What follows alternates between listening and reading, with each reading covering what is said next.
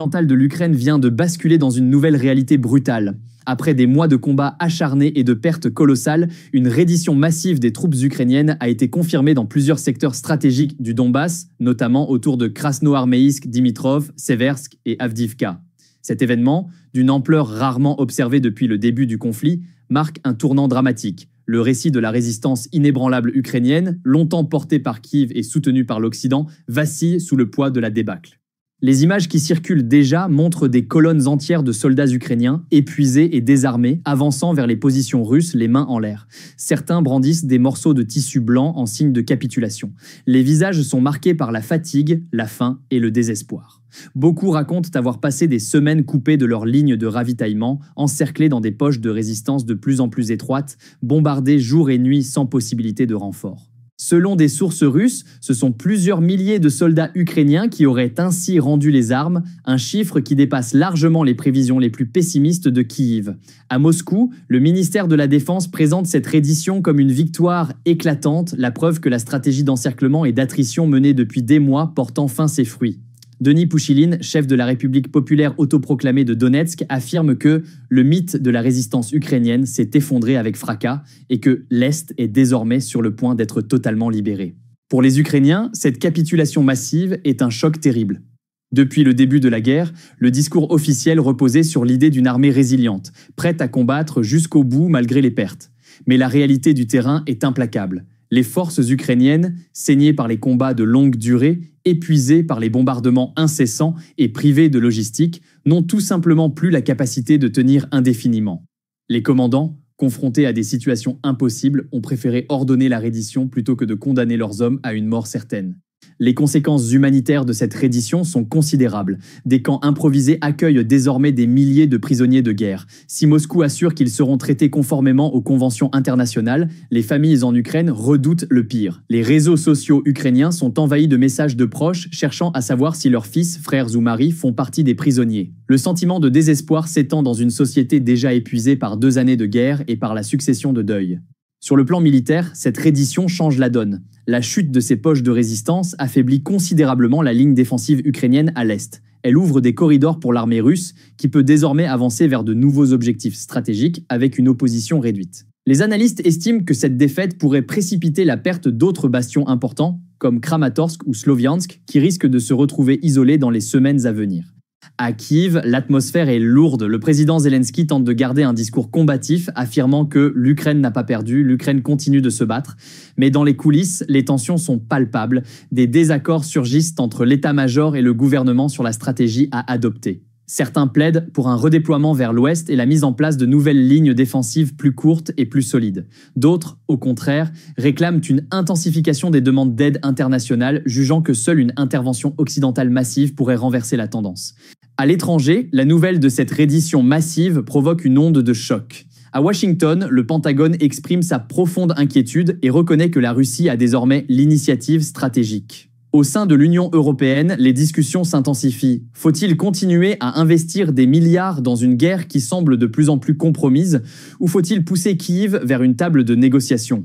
Les pays d'Europe de l'Est appellent à redoubler d'efforts, tandis que d'autres capitales, comme Paris et Berlin, commencent à parler en coulisses de solutions diplomatiques.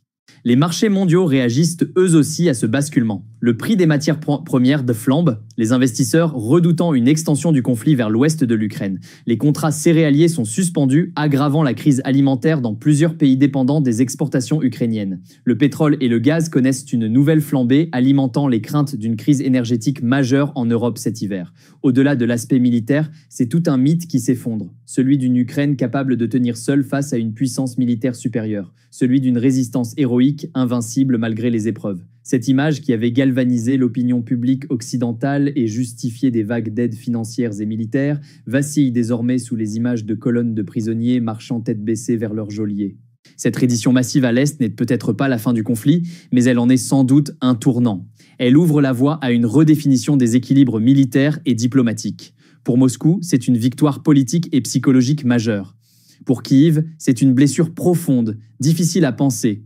Et pour l'Occident, c'est une alerte. Le temps presse, et chaque hésitation se paie désormais au prix fort sur le champ de bataille. La guerre en Ukraine entre dans une nouvelle phase, plus sombre encore. Les cartes se rebattent, les illusions s'effondrent et le Donbass pourrait bien devenir le tombeau de la résistance ukrainienne. Les heures et les jours qui suivent la reddition massive à l'Est confirment qu'un tournant irréversible vient d'être franchi dans ce conflit. L'image d'une Ukraine résistante, capable de repousser indéfiniment une armée russe mieux équipée et plus nombreuse, s'est fissurée sous le poids des réalités militaires. Les conséquences se déclinent désormais à plusieurs niveaux, humanitaires, militaires, politiques et diplomatiques. Les forces russes et celles de la République populaire autoproclamée de Donetsk ont dû organiser dans l'urgence l'accueil de milliers de soldats ukrainiens capturés. Dans la région de Donetsk, plusieurs stades, entrepôts et anciennes usines ont été transformés en camps de rétention provisoires. Les images diffusées montrent des rangées de prisonniers assis, encadrés par des soldats armés attendant d'être enregistrés. Selon les autorités russes, plus de 7000 soldats auraient été faits prisonniers en une seule semaine. Un chiffre vertigineux qui rappelle les grandes redditions de la Seconde Guerre mondiale. Moscou assure qu'ils seront traités conformément aux conventions de Genève, mais des ONG expriment déjà leur inquiétude. La logistique nécessaire pour nourrir, loger et soigner un tel nombre de prisonniers dépasse largement les capacités locales. À Kiev, des milliers de familles cherchent désespérément des nouvelles de leurs proches.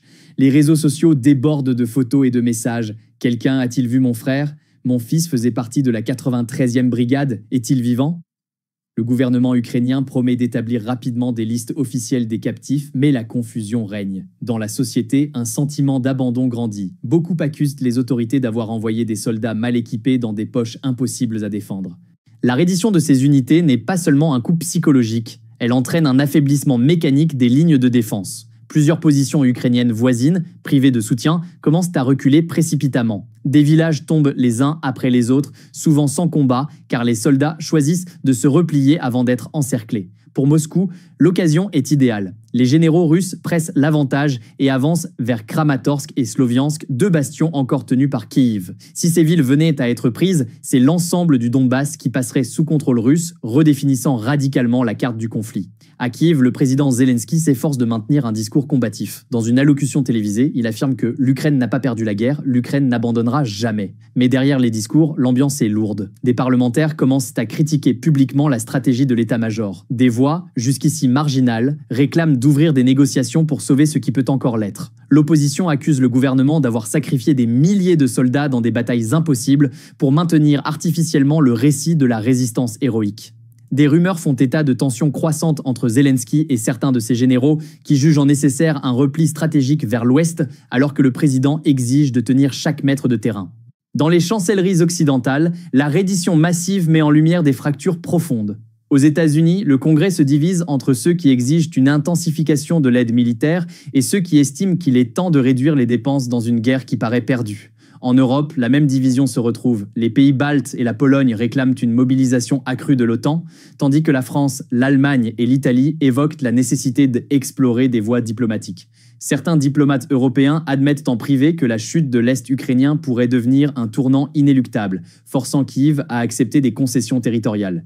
Dans les chancelleries occidentales, la reddition massive met en lumière des fractures profondes.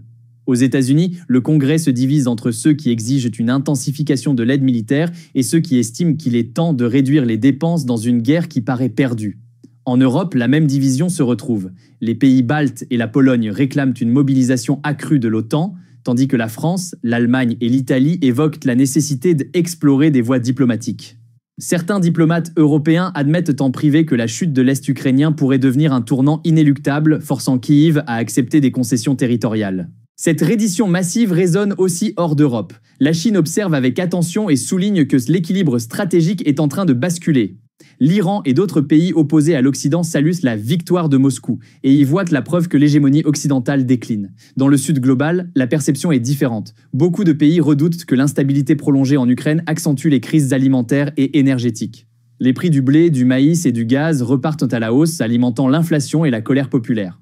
Au-delà des aspects militaires et diplomatiques, la reddition massive est une arme psychologique. Pour la Russie, elle prouve que la volonté ukrainienne peut être brisée. Pour les Ukrainiens, elle ébranle la croyance en une victoire possible. Dans les rangs des soldats encore en poste, la peur grandit. S'ils continuent à se battre, ne connaîtront-ils pas le même sort? Le mythe de la résistance ukrainienne, qui avait galvanisé l'opinion publique occidentale au début du conflit, se fissure dangereusement. Les images de milliers de soldats déposant les armes sont désormais plus parlantes que n'importe quel discours.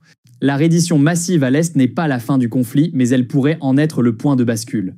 L'Ukraine est désormais contrainte de repenser toute sa stratégie, tandis que l'Occident doit décider redoubler d'efforts pour sauver Kyiv ou accepter que Moscou impose ses conditions. Le temps joue pour la Russie, non, qui avance méthodiquement. L'Ukraine, elle, doit trouver une réponse dans l'urgence, alors même que ses forces s'amenuisent et que sa population commence à douter. Le Donbass, théâtre de cette reddition historique, risque de devenir le symbole de la guerre dans son ensemble. Une guerre d'usure où la ténacité seule ne suffit plus face à une puissance militaire implacable. Le récit de la résistance héroïque s'est fissuré et un nouveau chapitre, plus sombre encore, s'ouvre sous les yeux du monde.